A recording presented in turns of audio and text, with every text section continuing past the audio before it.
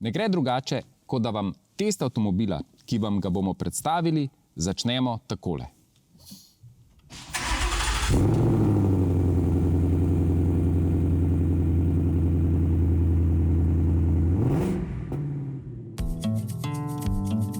To je razlog, zakaj nekateri obožujemo ameriške avtomobile in ameriške motocikle. Zvok motorja ti ob vsakem zagonu agregata privabi nasmeh na obraz. Pa sploh še nismo prišli do pospeševanja.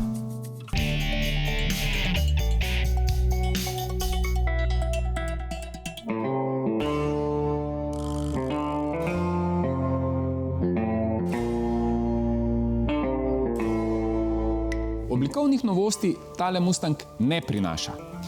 Prinaša pa eno pomembno novost, ki pa spet pravzaprav to ni.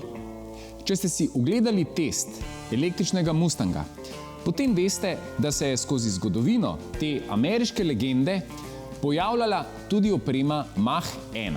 Kako in zakaj si lahko ogledate v omenjenem testu?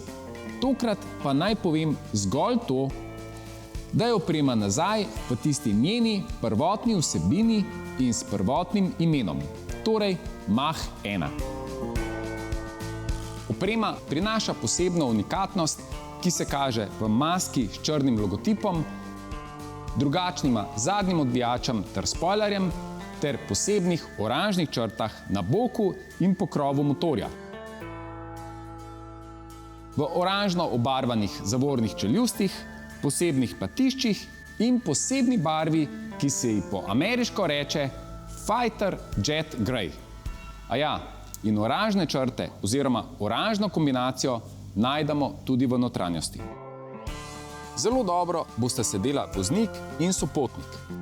Na zadnjih sedežih je prostora bolj malo. Ampak tale Mustang je v prvi vrsti namenjen vozniku. Pred njim je kraljestvo avtomobilizma v obliki različnih nastavitev. Najprej si lahko nastavite, kakšen bo pogled na merilnike. Potem si nastavite vozni program, odzivnost oziroma trdoto sukanja volanskega obroča in pa seveda glasnost izpušnega sistema. In za vse tiste, ki vam glas 8-valjnega bencinskega motorja ni všeč, tale Mustang lahko tudi šepeta.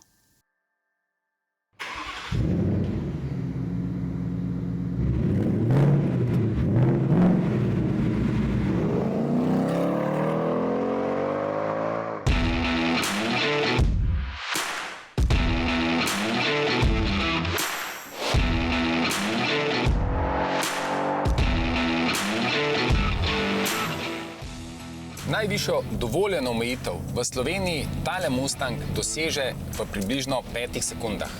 Saj stotico doseže v dobrih 4 sekundah.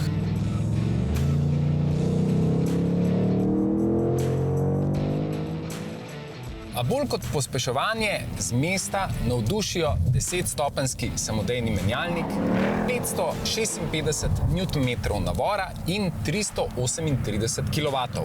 A ker govorimo o poniju, naj mi bo oproščeno in naj se izrazim še v njegovi merski enoti, 460 konj, kar je spet za voljo opreme Mach-1 10 več kot ostali Mustangi z enako velikim motorjem.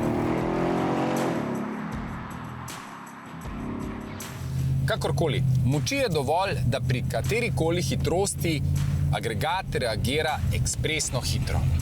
Včasih celo prehitro, zato je potrebno tale avto voziti z glavo. Moč motorja se namreč prenaša na zadnji kolesni par. In če podlaga ni prava, je zadek hitrejši od nosu. To je potrebno vedeti tudi vsakič, ko Mustanga priganjamo v ovinkih. Pa čeprav za blaženje skrbi poseben sistem športnega vzmetenja Magnet Ride. Tipala nadzirajo premikanje karoserije in koles. Posledično pa več kot 1000-krat v sekundi prilagajajo togost blažilnikov. Bojda preprečijo tudi drsanje nosu po tleh, ko zapeljemo recimo z robnika ali pločnika. A upam, da mi ne zamerite, če tako lepih platišč nisem obremenjeval z vožnjo čez prepreke, ki takemu avtu res ne pritičajo. Verjetno marsikoga zanima, koliko ta motor porabi za 100 prevoženih kilometrov.